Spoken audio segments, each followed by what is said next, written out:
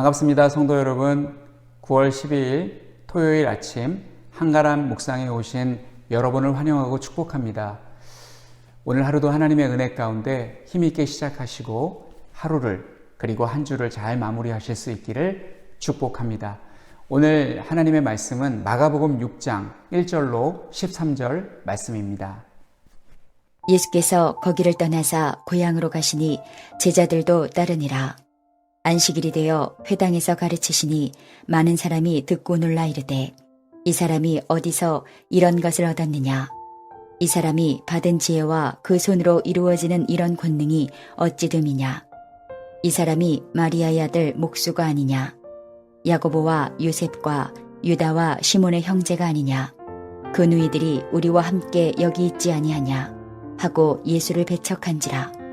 예수께서 그들에게 이르시되 선지자가 자기 고향과 자기 친척과 자기 집 외에서는 존경을 받지 못함이 없느니라 하시며 거기서는 아무 권능도 행하실 수 없어 다만 소수의 병자에게 안수하여 고치실 뿐이었고 그들이 믿지 않음을 이상히 여기셨더라. 이에 모든 촌에 두루 다니시며 가르치시더라.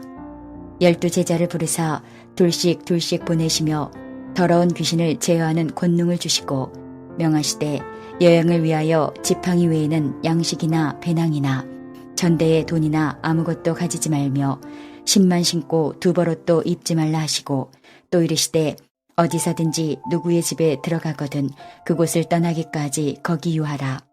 어느 곳에서든지 너희를 영접하지 아니하고 너희 말을 듣지도 아니하거든 거기서 나갈 때에 발 아래 먼지를 떨어버려 그들에게 증거를 삼으라 하시니 제자들이 나가서 회개하라 전파하고 많은 귀신을 쫓아내며 많은 병자에게 기름을 발라 고치더라.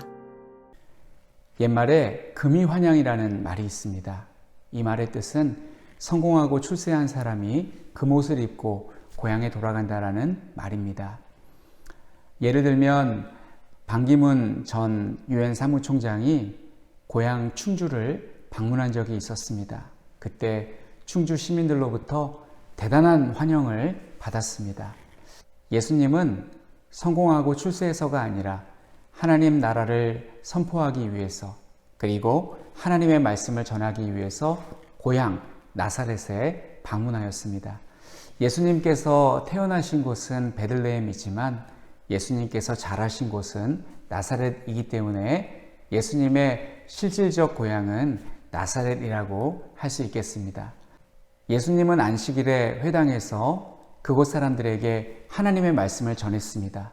그리고 그 사람들은 그 말씀을 듣고 깜짝 놀랐습니다. 그런데 말씀을 자세히 보면 고향 사람들이 예수님의 말씀을 듣고 놀란 것은 그 말씀이 놀랍기 때문이 아니라 어떻게 예수님께서 저런 말씀을 하시지 하면서 놀랐습니다. 그 고향 사람들은 예수님에 대해서 고정관념을 가지고 있었기 때문에 선입견을 가지고 있었기 때문에 예수님께서 하나님의 말씀을 아무리 잘 전해도 그 말씀을 귀담아 듣기보다는 어떻게 예수님이 저런 말씀을 하지? 라고 놀란 것입니다. 오늘 설교의 핵심이 바로 이것입니다. 우리가 고정관념을 버리지 않으면 절대로 예수님을 제대로 믿을 수 없다는 것입니다. 그들이 무엇 때문에 놀랐는지 구체적으로 살펴보겠습니다. 첫 번째는 예수님의 말씀과 능력의 출처에 대해서 놀랐습니다.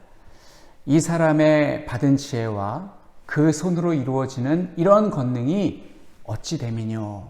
라고 2절 말씀에 기록되어 있습니다. 그들이 그것을 몰랐거나 궁금해서 의문을 제기한 것이라기보다는 예수님의 말씀과 능력을 무시하려는 의도가 담겨 있습니다.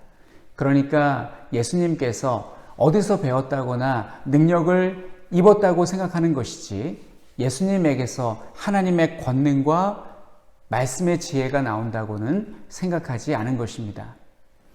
두 번째는 예수님께서 누구인지에 대한 것입니다. 3절 말씀에 마리아의 아들 목수가 아니냐라고 기록되어 있습니다.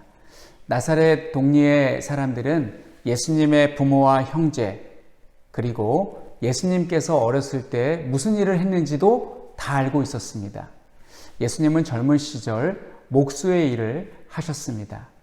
예수님은 지금 나사렛에 천국 복음을 전하며 하나님의 나라를 선포하기 위해 오셨는데 동네 사람들은 마치 다 알고 있는 것처럼 예수님의 말씀을 귀담아 듣지 않고 배척해 버리고 있습니다. 그 결과 예수님께서 응답하시는 내용이 본문에 기록되어 있습니다. 첫 번째는 예수님은 그곳에서 아무 권능도 행하실 수 없었다라고 말씀하고 있습니다. 예수님은 불신앙이 팽배한 곳에는 아무 권능도 행하지 않는 것이 아니라 행하실 수 없다고 말씀하십니다.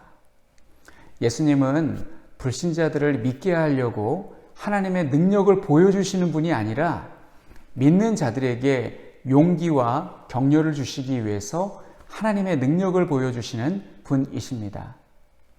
두 번째는 예수님께서는 고향 사람들이 예수님을 배척하는 이유에 대해서 말씀하고 있습니다. 4절의 말씀은 속담과 같은 말씀입니다. 선지자 예레미야가 아나돗에서 배척당하신 것을 예로 드셨습니다. 4절 말씀을 읽어보겠습니다. 예수께서 그들에게 이르시되 선지자가 자기 고향과 자기 친척과 자기 집 외에서는 존경을 받지 못함이 없느니라 하시며, 세 번째는 예수님은 소수의 병자에게 안수하여 고치실 뿐이었습니다. 네 번째는 그들이 믿지 않음을 이상하게 여기셨습니다. 당연히 여기셨다라고 하지 않은 것이 눈에 띕니다. 마치 예수님께서 그럴 만도 하지라고 하셨다면 예수님은 평범한 선지자가 되는 것입니다. 그러나 예수님은 이상하게 여기셨습니다. 왜 나를 믿지 않지? 라고 여기셨습니다. 이것은 그분의 정체성이 하나님의 아들이시라는 것을 우리에게 보여주는 귀중한 말씀입니다. 예수님은 12살 때 이미 자신이 하나님의 아들임을 알고 계셨습니다. 오늘 본문 말씀이 우리에게 주시는 교훈이 무엇이냐면, 우리가 신앙을 잘하려면, 하나님의 말씀을 잘 믿으려면 우리가 가지고 있는 고정관념, 선입견, 경험, 이러한 것들을 다 내려놓아야 한다는 것입니다. 예수님의 집안과 성장 과정을 보았던 고향 주민들은 예수님에 대해서 다 안다라고 생각했습니다. 제가 군대에 있었을 때 군목 목사님으로부터 재밌는 말씀을 들었습니다. 그 목사님께서 벌써 20년이나 지났는데 해주셨던 말씀이 다 기억이 납니다. 예수님에 대해서 고정관념을 가지고 있으면, 선입견을 가지고 있으면 절대로 예수님을 못 믿는다라고 말씀해 주셨습니다. 어떠한 경우가 그러냐면, 예를 들면 구약 성도들은 이렇게 생각하면서 메시아를 믿지 못했을 것입니다. 아니, 아직 오지도 않은 분을 우리더러 어떻게 믿으란 말이야 라고 하면서 예수님을 불신했을 것입니다. 그리고 지금 오늘날 이 시대를 살아가고 있는 사람들은 이렇게 말을 합니다. 구약 성도와 정반대로 수천 년 전에 오신 예수님을 날더러 어떻게 믿으라는 거야. 불과 몇 년 전에 오신 것도 아니고 아주 오래전에 수천 년 전에 오신 예수님을 날더러 믿으라는 게 말이 돼? 라고 하면서 예수님을 불신하고 있습니다. 그리고 오늘 본문 말씀은 예수님과 동시대를 살았던 사람들의 말씀이 기록되어 있습니다. 지금 예수님을 눈앞에서 보고 있습니다. 그리고 예수님의 말씀을 직접 귀로 듣고 있습니다. 그런데 그들은 예수님을 어렸을 때부터 쭉 봐왔다고 예수님을 믿지 못하고 있습니다. 이 고정관념, 이 선입견, 나의 경험, 이것이 예수님을 믿는 그 믿음을 가로막는 장애물이 될 수도 있습니다. 오늘날도 많은 사람들이 고정관념 때문에 복음을 거부하고 받아들이지 못합니다. 믿지 않는 사람들도 예수님을 4대 성인이라고 그렇게 칭송합니다. 4대 성인, 공자 소크라테스, 석가모니, 예수님, 이렇게 한 사람으로는 받아들이지만 하나님의 아들로는 받아들이지 않고 있습니다. 예수님은 불신앙이 팽배한 곳에서는 아무런 권능을 행하시지 않는다는 것을 항상 기억하시기 바랍니다. 내가 고정관념 때문에 예수님을 믿지 못한다면 예수님은 나를 통해 아무런 권능도 행하지 않는다는 사실입니다. 예수님은 믿는 자와 함께 하시고 믿는 자를 통하여서 놀라운 일을 행하십니다. 혈루병에 걸린 여인이 고침을 받은 것은 예수님의 옷자락을 만지는 것에 성공해서가 아니라 예수님의 옷자락을 만지면 내 병이 낫는다라는 믿음을 가지고 있었기 때문에 그렇습니다. 교회에 가서 기도한들 무슨 소용이 있겠어? 라고 생각하는 사람은 하나님께로부터 기도 응답을 받지 못합니다. 내가 하나님께 간절한 마음으로 기도할 때 하나님께서 내 기도에 응답하신다라는 확실한 믿음이 있는 자가 하나님께 기도 응답을 받습니다. 사랑하는 성도 여러분, 우리가 가지고 있는 예수님에 관한 고정관념을 버리시기 바랍니다. 내가 알고 있고 내가 믿고 있는 예수님이 예수님의 전부라고 생각하지 마시기 바랍니다. 우리는 평생 신앙생활해도 예수님에 대해서 다 알 수 없고 성경에 대해서 다 알 수 없습니다. 그래서 우리는 평생 하나님의 말씀을 읽고 예수님에 대해서 알아가도록 힘을 기울여야 하는 것입니다. 늘 예수님에 대해서 알아가시는 것이 평생의 소원 되시는 우리 모두가 되시기를 간절히 축원합니다. 우리 함께 합심해서 기도하겠습니다. 첫째, 우리의 고정관념으로 하나님을 재단하지 않는 믿음을 주옵소서. 둘째, 예수님을 더 아는 것이 내 평생의 소원이 되게 하옵소서. 셋째, 정성호 김선자 필리핀 선교사님을 위해서 기도해 주시기 바랍니다. 하나님 아버지, 은혜를 감사드립니다. 아버지 하나님, 우리가 때로는 교만하여서 성경에 대해서 잘 알지도 못하면서 어렸을 때부터 나는 예수님에 대해서 늘 들어왔고 또한 신앙생활하면서 여러 설교 말씀을 들어왔기 때문에 성경에 대해서 나는 잘한다라고 그렇게 자부할 때가 있습니다. 하나님, 이러한 고정관념이 하나님께 나아가는 걸림돌이 되고 있고 또한 벽이 되고 있습니다. 하나님 아버지, 우리의 고정관념으로 하나님 나의 선입견으로 하나님을 재단하지 않는 하나님 은혜가 있게 하여 주시옵소서. 하나님, 그러한 믿음을 우리에게 주시기 원합니다. 하나님 아버지, 또한 우리에게 많은 소원이 있습니다.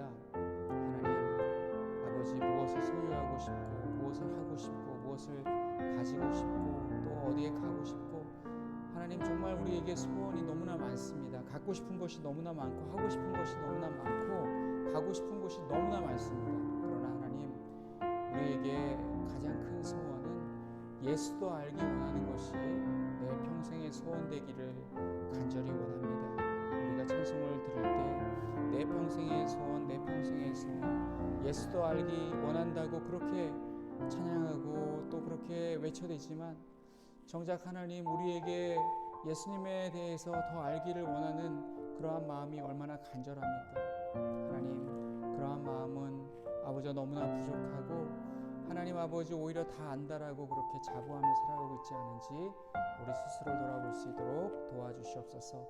하나님, 정성호 김선자 필리핀 선교사님을 위해서 기도합니다. 하나님, 우리 정성호 김선사 필리핀 선교사님 지금 미국에 계시는데 하나님께서 함께하여 주셔서 일정 가운데 함께하여 주시고 또한 필리핀 우리 사역 가운데 함께하여 주시고 하나님 또한 한국에도 방문하실 예정인데 하나님께서 그 여정 가운데 함께하여 주시고 무엇보다 필리핀의 코로나의 상황이 심각한데 우리 선교사님들을 지켜주셔서 하나님 아버지 안전하게 사역하실 수 있도록 하여 주시고 또한 아버지 사랑하는 그 필리핀의 코로나의 상황이 속히 안정될 수 있도록 하나님께서 은혜 베풀어 주시옵소서.